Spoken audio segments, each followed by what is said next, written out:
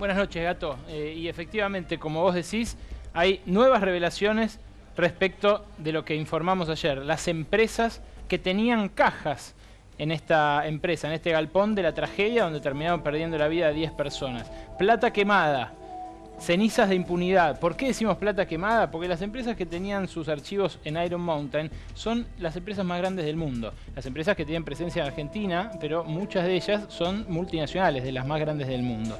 Primero vamos a ver cuáles son esas empresas, el listado completo de las que en aquel sector 7, en aquel sector 8, perdieron los papeles, quizás intencionalmente, quizás con intención de alguna de ellas, no lo podemos saber todavía porque no ha avanzado hasta ese punto de la investigación, y luego vamos a avanzar sobre alguna de esas empresas sobre las cuales ya algo hablamos ayer.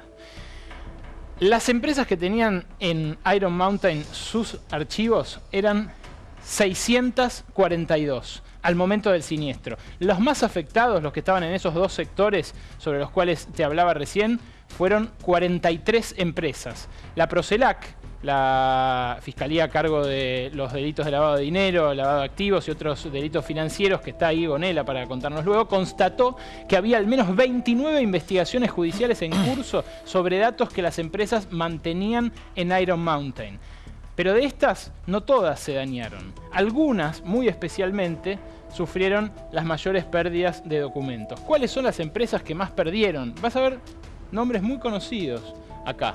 Las empresas que más perdieron son esas que ves: Edesur, Edenor, ADT Security, una de las empresas de seguridad más grandes del país, Mercado Libre, Deloitte, Mapfre, una de las aseguradoras más grandes del país, Swiss Medical y Galeno, quizás las dos de servicios de salud más grandes. Arcos Dorados, que quizás no te dice mucho, es McDonald's, sí, ni más ni menos. El Banco Santander Río. La lista sigue.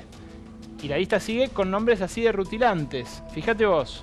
Telecom Personal, ESO, Cargill, Ministerio de Desarrollo Social, no solo eran empresas, también reparticiones estatales, Telefónica Móviles, JP Morgan Chase, y ahí lo que nos decía ayer Arbizu, Aerolíneas Argentinas, la empresa estatal, Banco Patagonia, Quilmes, Jumbo, todas estas empresas tenían distintos tipos de archivos en Iron Mountain. Sigue BNP Paribas, un banco que ya no tiene actividad aquí en Argentina, pero mantenía sus archivos ahí. Adecco, una de las tercerizadoras que en general se utilizan para recortarle derechos laborales a los empleados tercerizados. GlaxoSmithKline, laboratorio multinacional, Pelican, La Caja, DirecTV, Telefónica, HSBC y Monsanto. Esta es una selección de los... Berco, sí. Hoy yo estuve también siguiendo varias líneas de investigación y hablando con muchos funcionarios incluso del Banco Central y la Comisión Nacional de Valores. Me hacían hincapié, a ver, te lo pregunto a vos, el Columbia Sociedad Anónima. Está también, no está entre los que más cajas perdieron. Pero ahí hay una investigación especial sobre Columbia, sí, sobre posible lavado de dinero. Exacto, exacto. Estas 29 empresas, de las que tenían archivos en Iron Mountain, tienen en marcha distintas investigaciones. Algunas son por lavado de dinero, otras son por problemas con activos en los cuales puede involucrarse alguno de estos archivos, o sea, puede influir lo que haya en esos archivos o lo que haya habido en esos archivos. Hay algo que es importante que todos sepan también. Los archivos que quedaron en Iron Mountain están inaccesibles. Están suspendidos en la justicia por la investigación. Obvio. Entonces los que, digamos, la intención puede haber sido, y de vuelta volvemos al terreno de la hipótesis, la intención puede haber sido quemar una parte de esos depósitos, pero lo que no se quemara, también dejarlo inaccesible. Anoche Arbizu, enseguida vemos el informe nuevo que hizo Mauro Federico en el terreno. Esto revela, es insólito.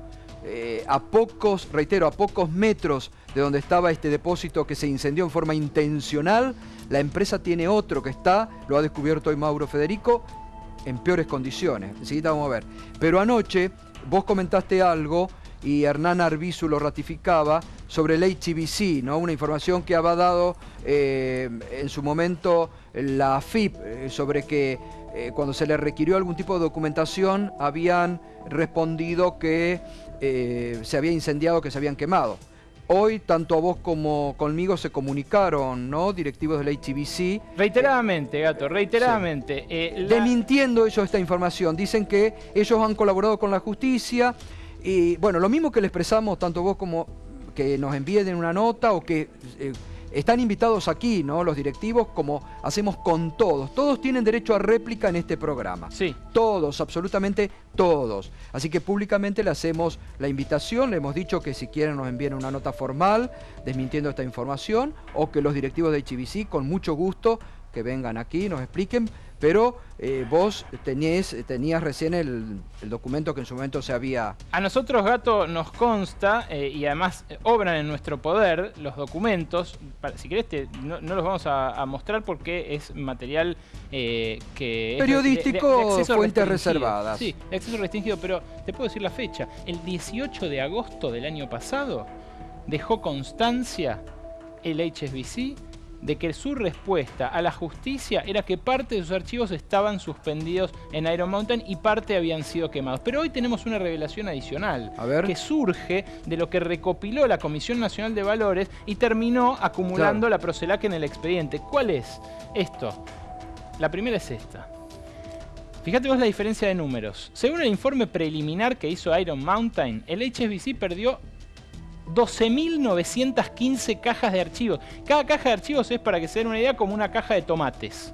Es de un tamaño, de ese tamaño, tiene dentro papeles y las cajas son de cartón y tienen un rótulo. Sí. Eso representaba el 4% de la totalidad de la documentación dada en depósito por el grupo HSBC en Argentina a Iron Mountain. Leíste bien, 12.000 y pico, 12.915. ¿Qué pasó después?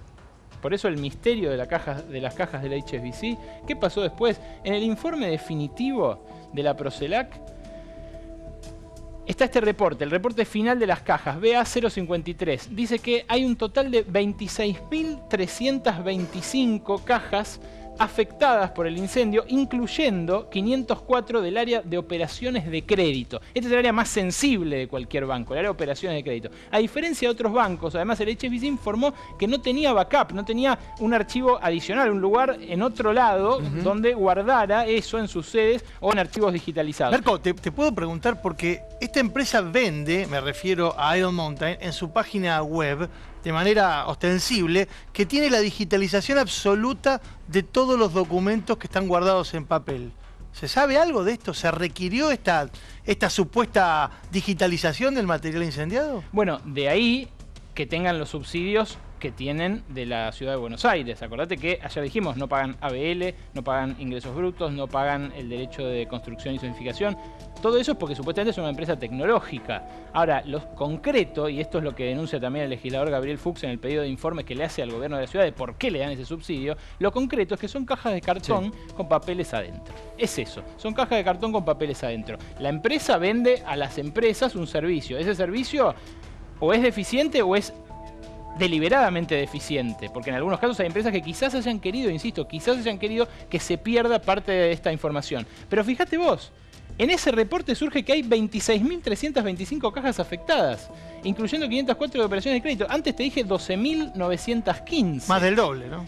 Claro, ¿cómo puede ser que de un primer informe en el cual faltaban 12.915 haya un segundo reporte en el cual faltan más del doble de las cajas? Hoy consultamos esto con los voceros que reiteradamente nos llamaron y decían, bueno, quizás se equivocó Iron Mountain. Nosotros informamos eso y en todo momento colaboramos con la justicia diciéndoles qué es lo que habíamos perdido. Y además dijeron, eso que hay ahí no son informaciones relativas a las cuentas suizas, o sea, no puede haber ahí información de la gente que se llevó sin declarar dinero del HSBC al HSBC Suiza para ocultarlo del fisco, que son las famosas 4.040 cuentas. Ahora, ahí tenemos que creerles, ahí tenemos que entrar en el terreno de la confianza, de la credibilidad que a cada uno le infunda, le genere un banco que en todo el mundo está siendo investigado por haber facilitado la fuga de dinero de estos ricos y famosos. Bueno, reiteramos entonces lo que ellos han dicho hoy, ¿no? Que el material ha sido aportado a la justicia y que ese material está y que la justicia lo tiene. Esperemos. Ahora le vamos a preguntar enseguida al doctor Carlos Gonela también. Hay algo más, Gato.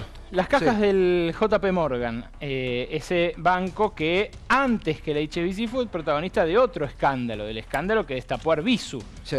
La también salida de dinero de grandes ricos y famosos entre los destino a cuales, Suiza. Sí, entre los cuales también había directivos de grandes medios y demás. Sí. De las 4.406 cajas que poseía el JP Morgan Sí. en Iron Mountain, se quemaron 4.000, casi todo. Casi todo. Bueno, anoche acordate lo que dijo Arbizu, que él sugería a las autoridades judiciales que impidan ya hoy la salida del país de los directivos, ¿no?, de estas empresas. Toda gente que gana sueldos Claro. de 6 cifras y Sí. que es, digamos, tiene una capacidad adquisitiva como para irse en el momento en el que quiera. De esas cajas, había varias que contenían, 2 que contenían los rótulos Cablevisión Prospects, Cablevisión, la empresa del grupo Clarín, que se fusionó con Multicanal, y Cablevisión, $250.000. Otras 5 tenían el rótulo Government Bonds, bonos del gobierno. 250 millones me parece que dice ahí, ¿no? 250 millones, Sí. perdón. De todas maneras es un rótulo que no sabemos qué quiere decir. Sí, claro. Eso Y- te iba a preguntar, ¿qué significa esos No, rótulos? no, son rótulos que cada empresa decide. Hay otras que dicen, por ejemplo, back office, o sea, la información que hay de los clientes dentro de un banco. Hay otros que dicen personal. Las del Ministerio de Desarrollo Social, por ejemplo, Sí. son los nombres de los beneficiarios de los planes, Los planes. que también están ahí. Claro. Las de aerolíneas son datos de los pasajeros pasados que van registrándose así. Pero los bancos, lo interesante es la de los bancos. ¿Qué es lo obvio. que tienen los bancos? El HSBC dice, ahí hay solo información de los usuarios, de los clientes, no hay información de las transferencias que se pueden haber hecho a Suiza. Eso es lo que tiene que determinar la justicia Obvio. a partir de estas Y revelaciones. además, no nos olvidemos, el incendio fue intencional. ¿Qué se buscaba tapar, doctor Carlos Gonella? Buenas noches, gracias por venir. ¿Qué tal? Buenas noches. Bueno, existen estándares internacionales emanados del Grupo de Acción Financiera Internacional a través de sus famosas 40 recomendaciones, que la recomendación número 11, dirigida al sector financiero, exige la salvaguarda de la información comercial y el intercambio de información comercial que hay entre los bancos y sus clientes por un periodo de 5 años posterior a que se extingue esa relación comercial. ¿Con qué objeto? Dice el GAFI en esta recomendación 11, justamente para que estén disponibles ante cualquier requerimiento de autoridad competente y específicamente para investigación de causa de criminalidad económica. Entonces, bueno, me parece que ahora la investigación de Procelac, cuyos datos reflejaba parcialmente Alejandro, cobra relevancia teniendo en cuenta que esta investigación nosotros la culminamos en mayo del año pasado, a poquito tiempo del incendio, que fue el 5 de febrero, y hoy aparece este dato, este elemento probatorio tan importante, que es la pericia a la cual hacía referencia, sobre el origen intencional de esta medida. Entonces, bueno, me parece que estamos ya en condiciones de empezar a profundizar la investigación con todos estos datos para esclarecer todas estas diferencias que surgen y estas explicaciones que dan las empresas que tenían documentación archivada ahí, para ver quiénes son los responsables y qué intentaban esconder. En lo que a mí respecta, a nosotros nos ha generado mucho daño en nuestras investigaciones este evento, este incendio, porque, como decía Alejandro, 29 empresas, entre las cuales hay bancos, fueron denunciadas por Procelac por lavado o estaban siendo investigadas por maniobras de criminalidad económica. Bueno, enseguida, doctor, vamos a seguir, y también con la doctora Carrera y Alejandro Godard. Mauro, vos volviste al terreno hoy y te encontraste con una sorpresa. Exactamente, en realidad no exactamente al terreno, fui a 10 cuadras, porque a partir de una denuncia que efectuó Edgardo Castro. ¿Quién es Edgardo Castro? Un inspector de la Subsecretaría de Trabajo del Gobierno de la Ciudad de Buenos Aires, que en el año 2008-2009 ya había denunciado y pedido la clausura del galpón de Iron Mountain siniestrado, y en donde perdieron la vida estos 10 servidores públicos. Bueno, este hombre viene denunciando que la empresa Iron Mountain tiene un galpón de características similares, incluso aún más grandes que el que se incendió, apenas 10 cuadras del lugar en donde se produjo la tragedia. Recorrimos ese lugar, Gato, y te vas a encontrar con una revelación realmente escalofriante. Es mucho más peligroso incluso que el lugar en donde perdieron la vida los bomberos. Vamos al informe.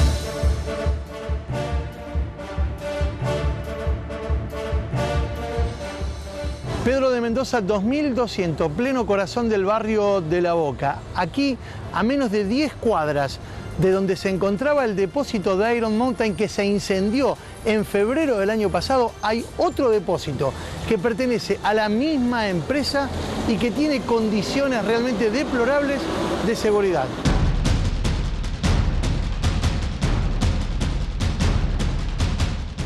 Lo que dijo el secretario de Trabajo, Ezequiel Sabor, fue que acá había falencias menores. Entre ellas no estaban señalizadas las salidas de emergencia. ¿Vos ves alguna salida de emergencia en esta planta? No hay salida de emergencia. No, no hay ninguna, hay una mentira. En estos 90 metros de paredón. Y del otro lado tampoco, y del frente tampoco. Lo cual es una mentira absoluta.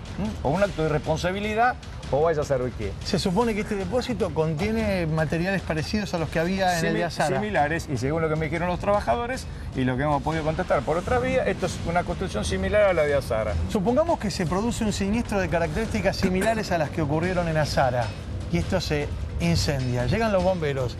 ¿Cómo abordan acá? Bueno, por eso.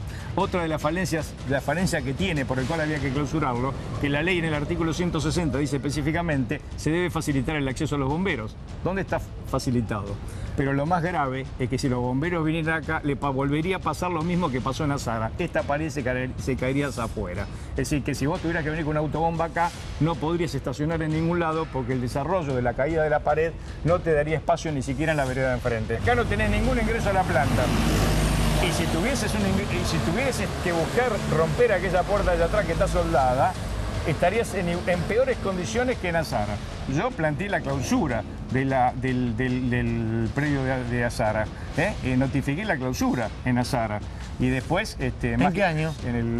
Alrededor del 2008 tiene que haber sido, porque después se suscitaron una serie de acontecimientos iguales, en el cual a partir de esa situación yo empecé a fotocopiar y documentar, por razones obvias, que te las puedo mostrar y está documentado, donde obviamente las actuaciones las desaparecieron porque dice la fiscal que yo nunca fui a hacer la inspección Aeromonte. Eso traducido quiere decir que alguien agarró las actuaciones y las desapareció.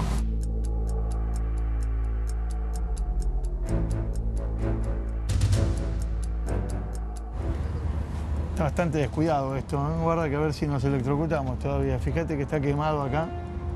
A ver. Hola. ¿Qué tal? ¿Cómo le va? ¿Qué dice? Mauro Federico de C5N del programa Minuto 1. Una consulta. ¿Este predio pertenece a la empresa Iron Mountain? Sí. Es de Iron Mountain. ¿Y acá qué guardan? Acá en el trípode. Le puedo dar información.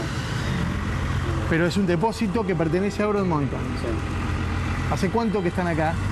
Yo nuevo. ¿Vos trabajás en la seguridad? Claro, sí, soy Y acá lo que tienen que es archivos. Sí. Archivan documentación. Sí. Pero me confirmás que es de Iron Mountain, eso es lo importante. Sí. Muchas gracias. No, que eso no te puedo decir. Gracias. No.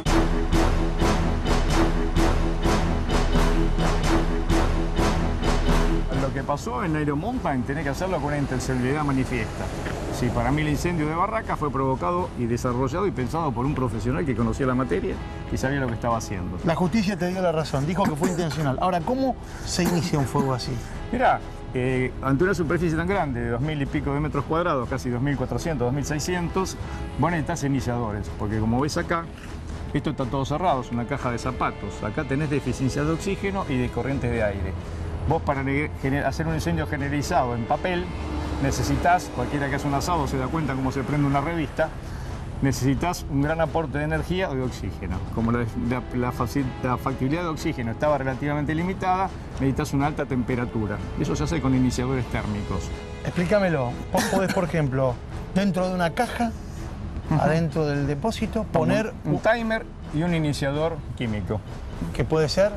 Desde agua oxigenada con alguna mezcla, como usan los torpedos del Corps, hasta la termita que usaba para destruir cañones en la Segunda Guerra. Hay una gama enorme que para un químico como yo, para cualquier químico, sería fácil diseñar. Pones un timer y te vas. Y te fuiste a tomar mate. Pusiste 4 cajas en lugar estratégico, 5, 6, y te fuiste. ¿Qué hay detrás de Iron Mountain que tiene tanto poder como vos sostenés, incluso hasta ocultar las pruebas de tus actuaciones? Mirá, acá hay una cuestión que creo que es clave. El ministro de Desarrollo Económico, Francisco Cabrera, los premió, esto es público, premió a Iron Mountain y se juntó con el presidente de Iron Mountain. El ministro Francisco Cabrera le dio concesiones impositivas a Iron Mountain. El ministro Cabrera lo contrató, o el gobierno de la ciudad, no sé si Cabrera o quién, contrató a Iron Mountain para servicios a la ciudad de Buenos Aires. O sea, y Cabrera es el tipo que lo tenía que haber controlado. O sea, el que hace acuerdos y premios es el que lo debería haber controlado. Ya estamos en un problema gravísimo. Ahora, si este incendio, el de la calle Azara, fue intencional y murieron 10 personas, ¿hubo 10 homicidios? Y para mí fue un asesinato, es decir, a esos muchachos los mató la corrupción, ¿está? Y un asesino que planificó ese incendio está planificado.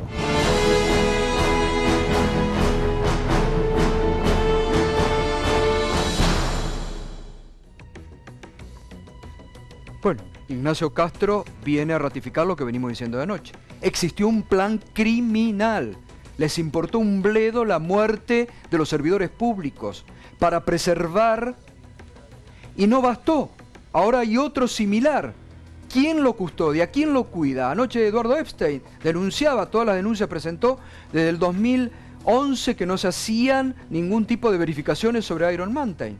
Y esto, Alejandro Bodar, esto que se acaba de revelar, ¿quién lo controla? Yo creo que el ingeniero Castro, que viene denunciando desde hace años esta situación, pone el dedo en un aspecto que es la responsabilidad del gobierno de la ciudad, porque acá, y esto es importante no pasarlo por alto, acá premiaron una empresa y le dieron una serie de exenciones impositivas, todas, sin que cumpliera un requisito, que es estar habilitados los lugares donde tenían que desarrollar su tarea. Porque además, hasta polo el día tecnológico. ¿Qué tiene de polo tecnológico esta empresa? Nada, pero aparte no hay un papel que diga que se habilitaron los depósitos. Un depósito que guarda papeles y que puede terminar en un incendio. Pero además las condiciones, a ver, no sirvió, anoche veíamos, anoche explicaba Mauro, sabemos, en la situación en que estaba el primer incendio, un edificio viejísimo, no sé la doctora de qué... Algo importante le quería aportar acá al doctor. Nosotros tenemos el caso del cual no aprendimos, que es Cromañón. Sí, exactamente. Cromañón generó que con una habilitación, entrecomillado, trucha, por la negligencia de los chicos se prendiera fuego. Pero acá es peor. Acá es sin habilitación, otro intendente del gobierno de la ciudad, en este caso no Ibarra sino Macri, permite que delictivamente y dolosamente se pergenie esto y mueran 10 personas. No estoy comparando tantos contra tantos, ¿no? Sino que acá es peor porque acá hay una intención. Bueno, pero situaciones además que no se controlan. ¿Qué sucede? No aprendimos. No aprendimos con esto de no habilitar, con esto de... Macri, algo más, que subió incluso al gobierno, aprovechándose de una situación de corrupción donde no había habido controles, precisamente por connivencia entre las empresas y funcionarios, ha seguido con ese mecanismo porque en vez de fortalecer los controles, los ha ido debilitando. El ingeniero Castro y todo el grupo de inspectores de trabajo hubo un intento de directamente eliminarlos, o sea, eliminar los controles, eliminarlos, o sea, pasar los inspectores a otras tareas. ¿Por qué? Porque son un cuerpo de inspectores que viene denunciando esto, no solo en este caso, sino que lo ha denunciado en muchos otros. Esto tiene que indignar a la persona que está en casa ahora. Permítame, esto tiene que indignar porque todos sabemos que cuando queremos poner un kiosco, un almacén, un taller mecánico, nos piden 27.000 requisitos y tenemos que hacer el cuento del arbolito para poder habilitarlo. Ahora, 20.000 metros cuadrados de construcción de 50 años de antigüedad. Doctora, más de 50, bueno. Más de 100 incluso. En donde el material estaba fatigado, en donde no había nada, solamente estanterías totalmente desordenadas. Si ustedes ven las vistas aéreas también lo van a poder verificar, que no era nada de lo que se vende en la página, como dice Mauro, solamente diciendo encendeme, nada más, porque no había nada. Y otra cosa que indicaba que los focos ígneos fueron a propósito, digamos, provocados, es el horario y que no había personal. Eso también les dio la pauta. Simultáneos. Claro, los 4 a la vez. Todos los testigos. Claro. Se prendieron 4 focos. Es muy significativo. Sí, perdón, una cosa es que haya habido focos ígneos deliberados. Y otra cosa muy distinta, esa es la diferencia entre el sabotaje y el autosabotaje, o la posibilidad de autosabotaje, es que además no anduvieran los aspersores de riego para evitar los incendios y no hubiese presión en la bomba para llevar el agua y además, el tanque vacío. El tanque a mitad de agua o menos. Y además se constató en el peritaje oficial que no había la cantidad suficiente para que los cables estaban atados, ahí mal atados. Y las víctimas son víctimas porque no había un plan para un siniestro de estas características. Y ahí hay otro responsable. Por eso fueron a un lugar donde se les vino encima toda una pared. Pero si anoche veíamos, no sé, Nico, si tenemos la foto de anoche, que era impresionante, la lengua de fuego que está próxima a salir y los bomberos llegando al lugar sin ningún tipo de protección, pobres que son los que mueren después. Son los que mueren después cuando se les cae todo encima. Es una fotografía que realmente impacta muchísimo lo que usted dice, ¿no? Tratando de... Esta es la foto. Miren lo que es esa foto. Esto es antes de que se caiga la Antes pared de que se del caiga la depósito pared. de Azara. Vos fíjate, estos son los bomberos que fallecieron. Sí. Sí. Instantes después estaban Pero vamos a la tratando- foto. Ahí está. Esa, a ver si hay otra o esta. Están abriendo esta puerta. Que es muy similar a la puerta del otro depósito. Exactamente, es que son idénticos. Por eso lo que dice... Pero acá- además, miren el estado de las puertas, miren el estado de las paredes. Es un galpón. Sí, sí. Sí. Es un galpón de paredes de 60 centímetros de Era ancho. una empresa que mundialmente cuida papeles, que por lo tanto mundialmente se supone tiene que 5 tiene una siniestros experiencia iguales. internacional. Disculpe, tiene 5 siniestros No, sí, internacionales sí, sí, sí, iguales. por eso, son bandidos Sí, que se han internacionales. repetido en forma intencional en Exacto. otras partes del mundo, ¿no? Entonces, ¿qué servicio venden? ¿Borrar pruebas o guardar Esta es la Ahí foto está, que vos miren la ves. documentación? foto, miren esta foto. Miren la lengua de fuego que ya está para explotar todo desde ahí. Y después, carcomiendo. Claro, cuando claro. cae sobre los bomberos, es impresionante. esta Generando una foto. usina de calor, que es la Claro. que ayer nos explicaba el bombero con el que hablábamos, terminó por fundir el metal de las columnas y torsionarlo de un modo tal de que la pared cayó finalmente hacia afuera. Ahí está, es impactante. Esta es impactante, Una esta caldera, foto. una caldera adentro. Sí, totalmente. Lo que decía Castro está bueno que lo reparemos en función de que además él es técnico químico, Claro. es ingeniero y técnico especializado en química y tiene muchísima experiencia en el tema de incendios. Y él explicaba con mucha claridad recién en el informe que es muy sencillo desde el punto de vista técnico provocar los 4 focos ígneos que generaron este incendio.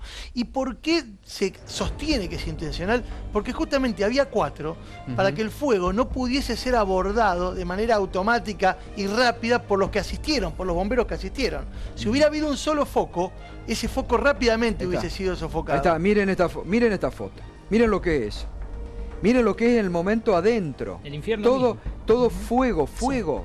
Eso es lo que devora después y hace caer y devora pobre a los bomberos que murieron, servidores públicos, ¿no? Ahora, Alejandro, ¿cuántos pedidos, cuánto hablar en la legislatura para que nadie escuche sobre este tema? No, mira, yo te digo porque hubo varios pedidos sobre el momento. Yo presenté, por ejemplo, el pedido que se conformara una comisión investigadora. ¿Por qué? Pero antes del incendio. No, pero precisamente porque lo que saltó ahí de arranque, fue la denuncia que hicieron desde la Subsecretaría de Trabajo. Al otro día tomó Estado Público la denuncia que hacían desde la Subsecretaría de que el año 2008, esto fue el año pasado, ya habían pedido la denuncia, ya habían pedido la clausura, nunca se hizo. Pero aparte el gobierno de la ciudad, por eso creo que es importante no dejarlo de lado e investigar a los funcionarios del gobierno de la ciudad, premiaron a una empresa que no cumplía con las condiciones mínimas, siendo que la tarea de esa empresa era guardar papeles, porque si uno tiene otro rubro, hay otras normas de seguridad, pero en una empresa que guarda papeles, la habilitación tiene que ser muy precisa, precisamente porque es muy fácil de originar un siniestro. Algo que Doctora, para y mí de es ustedes, vital. de la investigación que ustedes hicieron, usted representó en su momento a familiares de las víctimas. No, en su momento yo le digo por qué me metí tanto en esta causa, Sí. porque tengo una documentación en un juicio que está ahí adentro. Ah. Entonces tengo que agotar que- todas las instancias para que me la entreguen y poder probar un dinero. Pero el tema es el que siguiente, está- ahora con ACBC, el banco, que es el más sospechado por el lavado de dinero y todo, casualmente, como ustedes informaran, toda la documental mayoritaria es quemada, es la de ellos. Y lo que me llama la atención, que de un simple informe yo pude constatar que al día de hoy el banco que más financia a Iron Mountain es el ACBC. Cuando teóricamente... HSBC, perdón, porque hay otro banco No, el chino no, el Claro, hay un banco chino y otro que es inglés. HSBC. Exacto. Entonces lo que quiero decir es, acá hay algún tipo de connivencia o por lo menos una presunción grave que van a tener que probar en contrario de por qué siguen financiando esta empresa que les quemó todo. Yo le quiero preguntar a Gonela, Sí, eso. ¿qué pasos siguen para que esto se convierta en una investigación penal? Porque estamos hablando de la investigación de muerte de 10 personas. La fiscal de instrucción que la tiene ahora cuenta con el informe de ustedes, 70 páginas, con la trama financiera. ¿Ahora qué pasa? Ese proceso penal que lleva adelante la fiscal Marcela Sánchez es el marco procesal donde se deben ventilar e investigar todas estas cuestiones, porque ahora tenemos el dato ya fundado a través de una pericia de que esto fue intencional. De que fue Tenemos que ver intencional, claro. quiénes son los responsables de esto y qué intentaban ocultar. Y entonces aparecen a cobrar relevancia todos estos indicios acerca de la información sensible que fue destruida, acerca de las condiciones de seguridad, acerca de la responsabilidad política también del gobierno local, porque más que investigar en los beneficios impositivos se debería investigar la falta de controles adecuados, ¿no es cierto? Porque justamente también, recordemos, y eso lo he mencionado, le ha costado el cargo a Ibarra. Entonces me parece que hay un montón de circunstancias que deben ser abordadas en este proceso penal para tratar de esclarecerlas. Ahora, en lo que ustedes, doctor, en lo que usted ojo con la fiscal decía... Sánchez, porque la fiscal Sánchez ya ha cometido para mí un acto muy grave. No ha citado todavía como testigo a los inspectores de la Subsecretaría de Trabajo. Y no solo eso, sino que ha salido a declarar contra lo que están diciendo los inspectores, en un acto que para mí ya muestra una intencionalidad, ¿no? Recordemos... ¿Cómo es esto? A ver, ¿cómo es esto? A ver, si querés explícalo, pero yo te cuento lo que me contaba hoy Castro. Es decir, Marcela Sánchez, que es la fiscal que intervino y que lleva adelante la investigación, trató virtualmente de mentiroso al perito que acabamos de escuchar su testimonio, porque dice que cuando requirió al gobierno de la ciudad la existencia de las actas en donde Castro pedía la clausura del depósito de Iron Mountain, el gobierno de la ciudad le dijo que no existía esa acta. O sea, digamos, le requirieron al lobo sobre la salud, el estado de salud de las ovejas. Y es más, por ejemplo, si al gobierno de la ciudad se le va y se le dice, dame el acta donde se habilitó, va a decir que no las tiene y que no sabe qué pasó. O sea, el gobierno de la ciudad prácticamente no sabe nada. Pero la fiscal, en vez de citar como testigos y en base a lo que recabe como información, tomar una determinación, no, ya sin citarlos está actuando a favor del gobierno. Yo recuerdo una cosa, cuando esa fiscal fue nombrada a pedido del actual presidente de Boca, Angelis, y tiene una relación directa con él, que es gente ligada al gobierno de la ciudad. Por eso yo creo que este es un tema gravísimo, gravísimo porque murieron 10 personas, porque es evidente que hay una empresa internacional que es una banda de mafiosos, porque hace esto en todo el mundo, porque hay empresarios que evidentemente pidieron que se quemen estos papeles, pero hay un gobierno de la ciudad que nunca tendría que haber autorizado que esa empresa esté y que encima, pese a saber todo esto, está encubriendo. Permitime dudar. Y el ministro Cabrera en particular. Sí, hay algo que nosotros me parece tenemos que aclarar en términos periodísticos. Nosotros ayer mencionamos al ministro Francisco Cabrera, contamos además que antes de ser ministro de Mauricio Macri fue directivo del HSBC. Y hay fotos que lo retratan miles de veces, en miles de oportunidades con, por ejemplo, Emilio Cárdenas, un reputado embajador que luego fue también directivo del HSBC. Ahora, nosotros invitamos al gobierno de la ciudad, invitamos al macrismo, como a todos, a hablar de esto. Hoy específicamente los voceros habituales del PRO y del gobierno de la ciudad que vienen a discutir de otras cosas, pero sobre esto no querían nada. No hay un titular de diario que cubra esta noticia. Pero digámoslo incluso con nombre y apellido, Berco, porque me parece importante. Un legislador del partido que gobierna la ciudad de Buenos Aires, que habitualmente suele venir aquí, Daniel Lipovetsky, además es autor de un proyecto en la legislatura del año 2012 en donde pedía que existieran más controles sobre las construcciones y la prevención de los incendios en las construcciones. Una persona altamente capacitada y adecuada para opinar. Hoy no quiso venir. Bueno, vamos a ver si la semana que viene comprometido viene. Ahora, volvemos, doctor Carlos Gonella. Usted decía al principio que ustedes también se han visto perjudicados en las investigaciones por material que se quemó acá. Efectivamente, nuestra mayor preocupación, nuestro principal objetivo cuando empezamos esta investigación fue justamente tener un panorama claro acerca de qué bancos, qué empresas que hubiesen sido denunciadas por lavado y otros delitos económicos por la Procelac o que estaban siendo en materia de investigación tenían documentación guardada allí. El Columbia, por ejemplo, ustedes lo están investigando. Nosotros no estamos investigando en ese banco en alguna maniobra.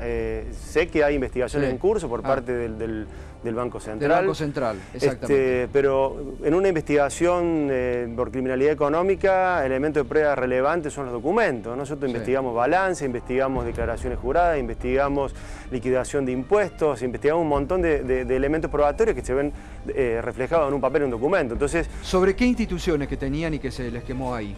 Y bueno, han sido mencionados en la lista que publicó recién Alejandro. Principalmente, la segunda empresa que más documentación perdió en el depósito 7 y 8 fue el HSBC, con un volumen casi cercano a los 26.000 cajas. Pero el HSBC guardaba un volumen total de 56.000 cajas en todos los depósitos de Iron Mountain. También el BNP, que estamos investigando por maniobras de fuga de divisas. El BNP lo estamos investigando por fugar $1.000 millones. En los próximos meses vamos a indagar a los altos ejecutivos franceses responsables de esa maniobra en la ciudad de Francia. Hay muchos bancos que participaron, que están siendo investigados por maniobras de criminalidad económica, que tenían documentación ahí y hay que investigar, bueno, empezar a atar todos estos indicios para empezar a tener un panorama claro sobre los móviles, esto, ¿no? Si se corrobora esto sería extremadamente grave, ya es grave por las consecuencias. Es un escándalo. 10 personas muertas, 10 familias destruidas, el hecho intencional, y si esto fue motivado para ocultar pruebas de manera de criminalidad económica, me parece que ya estaríamos hablando de un nivel de perversidad. Y aparte, la historia circular, perdón por interrumpir, sin habilitación, intendente municipal, otra vez la connivencia, y yo digo una mueca del destino, ¿no? Que cada habilitación municipal, desde un local chiquito hasta uno grande, la tiene que firmar un cuartel de bomberos. Yo digo, qué lástima en este caso que se pasaron esos controles y perecieron los bomberos, ¿no? Vamos anoche porque fue muy importante aquí. Usted sabe que pobre Hernán Arbizu anda penando desde hace años por los juzgados federales con denuncias gravísimas a cuesta y no logra que ni siquiera lo citen a él, que tiene toda la información. No logra eso. Y anoche dio importantes revelaciones sobre este tema. Recordémosla. Esta empresa no fue inspeccionada, pero lo que es todavía... 2010. Desde el año 2010. Lo que todavía es mucho más grave es que esta es una empresa amiga del gobierno porteño. Yo lo quiero decir con toda claridad. Hay fotos del ministro Cabrera promocionando a esta empresa junto con el secretario de Comercio de los Estados Unidos, porque es una empresa que está subsidiada por el gobierno porteño, que no paga impuestos en la ciudad de Buenos Aires. Y uno de los La asesoría por la intermediación en la venta de Ángeles. Si me preguntas a mí, por ejemplo, JP Morgan, ¿qué podría tener de información ahí? Oferta pública de Clarín y Banco Patagonia. Investigado sospechado por estafa a los FJPs. La asesoría por la intermediación en la venta de Ángel Estrada, la editorial. Denunciado por lavado de dinero, evasión y manipulación también, y delitos vinculados con la Comisión Nacional de Valores. Mi denuncia por lavado. HSBC ya tiene la denuncia del principio del año pasado por evasión a través de facturas truchas. Que está comprobado eso, que es en Argentina, no sé si te acordás, Mauro. Sí, claro. El lavado ahora con la denuncia... Bueno, la última denuncia de las famosas 4.040 cuentas suizas. Así que, y BNP Paribas, esta ya también fue la primera denuncia por evasión que existió en el país, a través del negocio de banca privada. Es que además esta empresa, Iron Mountain, se financiaba mediante un intracrédito de su casa de Iron Mountain Suiza, un crédito organizado por HSBC, el mismo banco, le organizaba el financiamiento a Iron Mountain, quiero decirlo, y por eso está siendo investigado por la FIP. Ahora, ¿cómo es posible que esta empresa, digamos, que está denunciada por la FIP a nivel nacional, esté premiada por el gobierno porteño quitándole impuestos? Bueno, clarito lo que decía Arbizu, ¿no, doctor Gonella? Efectivamente, la denuncia que hace referencia a la editorial Estrada fue justamente una denuncia que presentó la Procuraduría por una maniobra denominada back to back, que es sacar plata al exterior, violando la legislación antilavado, bancaria, fiscal, y después simular un préstamo en el mismo banco donde tienen el dinero oculto para repatriarlo y hacer operaciones. Digamos, tenemos varias maniobras de estas denunciadas. Yo creo que va a haber algo con lo que ellos no contaron y es la tecnología. La tecnología no pasible de fuego. Estoy hablando de la famosa nube informática, en donde cuando nos mandamos mail, por más que lo borremos de nuestras casillas, igualmente queda flotando en el espacio o en algún servidor. Podría ser que de ahí se recupere bastante información, ¿no? Sí, usted decía recién, ¿no? Que esto se trata de tapar. Esto es tapar totalmente. Y además que no sé, periodísticamente nadie lo dice. ¿Por qué? Porque acá ¿quién es el responsable directo? El gobierno de la ciudad. Hoy el gobierno de la ciudad, ¿quién es? Macri, procesado, pero que no es inconveniente para la prensa, porque es el candidato de la prensa, aparentemente. Y una cosa importante que recién comentaban respecto de las inspecciones, todo aquel que tiene la ART tiene que tener una inspección con planos aprobados. Acá también fue cómplice por no inspeccionar la ART que tenían. Y algo más, ellos ampliaron su capital a posteriori del incendio para descapitalizarse justamente. No es esa cosa que también alguna de las persecuciones que le hacen a usted, doctor Gonella, esté relacionado a lo que está investigando, ¿no? Bueno, no puedo decir nada al respecto. Nosotros no estamos investigando el motivo del incendio, hemos colaborado aportando investigando peces gordos. Eso es, a eso nos dedicamos. Bueno, estamos... una cosita de los trabajadores de COSO. Espera un minuto. Tenemos tiempo. Está Francisco Urrutia con los familiares de las víctimas de Iron Mountain. Otros que no se ven, que los han tratado de tapar también. Nosotros le queremos dar voz y visibilidad. ¿Cómo te va, Gustavo? Buenas noches. Con el móvil en esta Plaza Mateu de Magallanes e Irala, en el barrio porteño de La Boca. En este lugar está montado el monumento en homenaje a los bomberos voluntarios del cuartel de Rocha, de Vuelta de Rocha. Hablamos de Sebastián Campos y Facundo Ambrosi, ambos caídos durante el incendio del depósito de Iron Mountain en Barracas en febrero del año pasado. Y continuamos con las repercusiones de lo que ha sido el informe de los peritos de la Federal, que han determinado que el incendio fue intencional y que lo ha confirmado la propia fiscal de la causa. Hablamos de la doctora Marcela Sánchez. Estamos acompañados de Rolando Monticelli. Rolando es el papá de Juan Matías Monticelli, quien era bombero de la Policía Federal Argentina, y también por Jorge Campos, papá de Sebastián Campos, quien era parte del cuartel Vuelta de Rocha de bomberos voluntarios de aquí de La Boca. Ambos, gracias por su tiempo. Rolando, primera sensación, primera reacción al conocer el informe de los peritos de la Federal. Bueno, la primera reacción es que esto está saliendo a la luz, que se está mostrando lo que desde el primer momento los familiares teníamos bastante claro, que esto había sido intencional, bueno, por diferentes voces que nos trajeron la información y demás. Solamente estábamos esperando las pericias, que lo determinen oficialmente.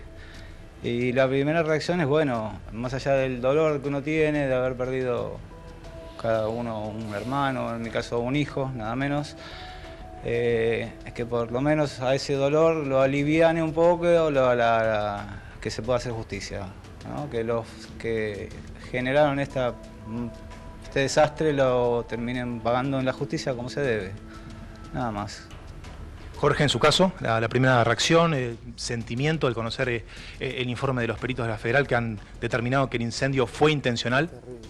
La primera reacción fue de mucha bronca, angustia, porque también, como dice Rolando, es como que ya lo sabíamos, que ya por distintas facetas nos habíamos enterado de cómo se había desarrollado y sabíamos. Yo particularmente, yo soy bombero, tengo 48 años de bombero, y cuando escuché los relatos de los compañeros de mi hijo que habían estado en el incendio, ellos fueron uno de los primeros en llegar. Cuando me lo contaron, a todas luces se veía que había sido intencional, que había una intencionalidad. Ahora, Francisco. Entonces, al escuchar que lo habían dado como intencional, obviamente que la primera reacción es, uno dice, qué bronca, yo lo sabía, y por qué, o sea, la pregunta es por qué lo hicieron, por qué este desastre, no hacía falta. Sí, Gustavo, tanto Jorge Campos como Rolando Monticelli te escuchan, ¿eh? Jorge y a Rolando, buenas noches, y obviamente que seguimos sintiendo el dolor que ustedes sienten, ¿no? Pero, ¿por qué tanto Rolando y usted, Jorge, dice, ya lo sabíamos? De antes ya sabíamos que esto era intencional. ¿Por qué lo sabían? Bueno, en mi caso particular, tengo que decir que a partir de que me pude sobreponer del hecho en sí, del golpe inmenso, de que una mañana me despierte con la novedad de que mi hijo ya no estaba más, que no iba a volver más a casa.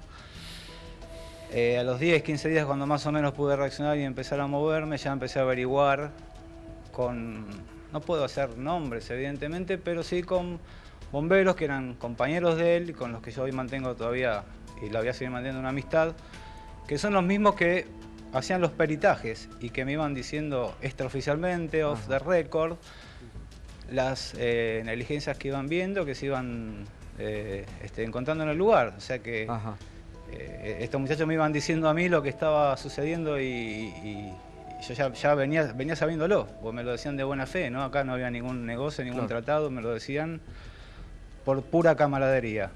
Bueno, de ahí viene mi información. ¿Y Jorge, también usted tenía la misma información? Sí, yo a través de los muchachos que habían ido en ese momento, después de 3 semanas de sucedido el accidente, yo conversé con estaba conversando con uno de los que había ido y yo le pregunté que me relatara cuál había sido ese momento. Él estaba muy angustiado por ser compañero de mi hijo, estaba muy angustiado. Y él me contó de la forma que estaba el siniestro cuando ellos llegaron. Entonces tomé, o sea, en ese momento tomé dimensión de que había sido, a todas luces, había sido intencional. Ahora, Jorge, la Rolando, que la tengo- vida de los hijos de ustedes, el dolor que todavía se les nota al hablar y en las expresiones, la vida nadie se las va a devolver. Pero digo, a pesar de, a partir de esto que se confirma que es intencional, ¿ustedes cómo van a accionar? ¿Contra quién van a accionar? ¿El pedido de justicia? ¿Qué es lo que van a hacer ustedes ahora? Bueno, esto es como que cambia un poco el ángulo de las cuestiones. La realidad es que nosotros, yo particularmente, y creo que Rolando igual, es que queremos que realmente pague el que tenga que pagar, el que tenga responsabilidad en esto, que lo pague, que sepa que no lo puede hacer, que sepa que la justicia le va a llegar, y lo que estamos pidiendo realmente es justicia, que no tendríamos que pedirla, no tendríamos que estar en estos medios pidiendo de justicia, cuando realmente ellos tendrían que haber actuado muchísimo más rápido, y si hubieran actuado antes de que sucediera, esto tal vez no hubiera sucedido, y ese depósito, en vez de llevar dentro papeles, hubiera llevado agua mineral, y no papeles, no la carga de fuego que esto tenía, que sabían ellos mismos que si en algún momento se prendía, por más que hubiesen actuado los aspersores, por más que las cisternas no hubiesen estado vacías al momento del incendio, lo mismo iba a suceder. Jorge. Entonces, sí. No, le quería preguntar si más allá del pálido, frío comunicado que dio a conocer la empresa Iron Mountain, ¿alguien de la compañía se comunicó con ustedes en algún momento? Si ustedes tuvieron contacto con ellos. No, jamás. Jamás. ¿Nunca tuvieron un gesto ni siquiera de acercarse personalmente a decirle, darle las condolencias, a decirles necesitan algo, darles una mano en algo? Yo en una oportunidad hablé con uno de los muchachos que trabajaba para Iron Mountain como bombero, y él me comentó que había uno de los gerentes que quería acercarse pero que tenía miedo.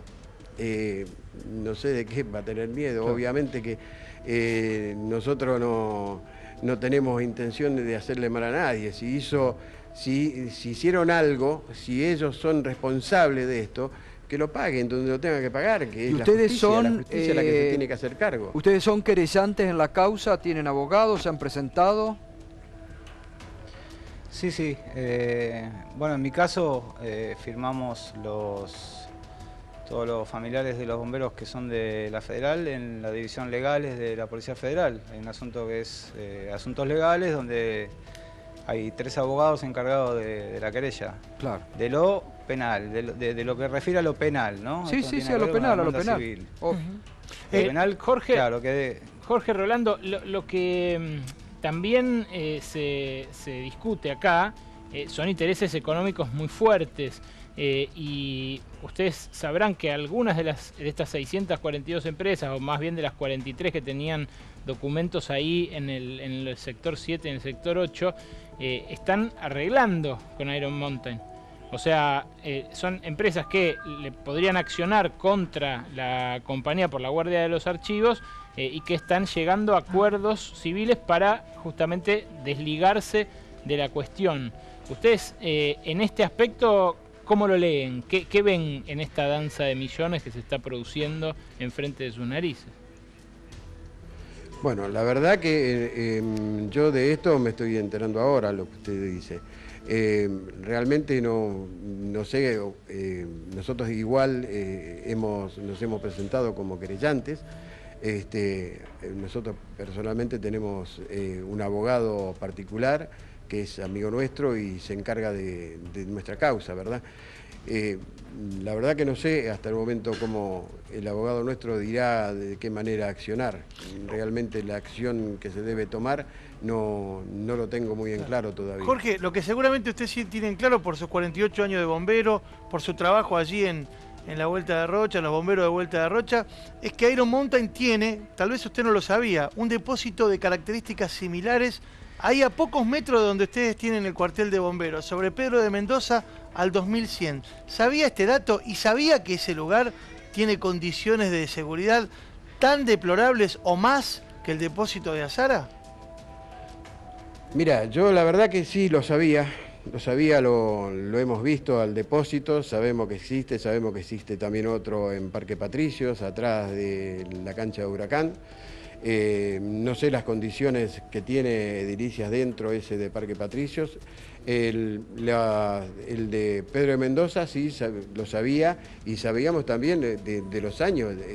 Las construcciones son de 1882, así que sabemos cuál es el peligro latente que tienen todas esas barracas. Lo que pasa que ahí eran todos talleres como de navegación.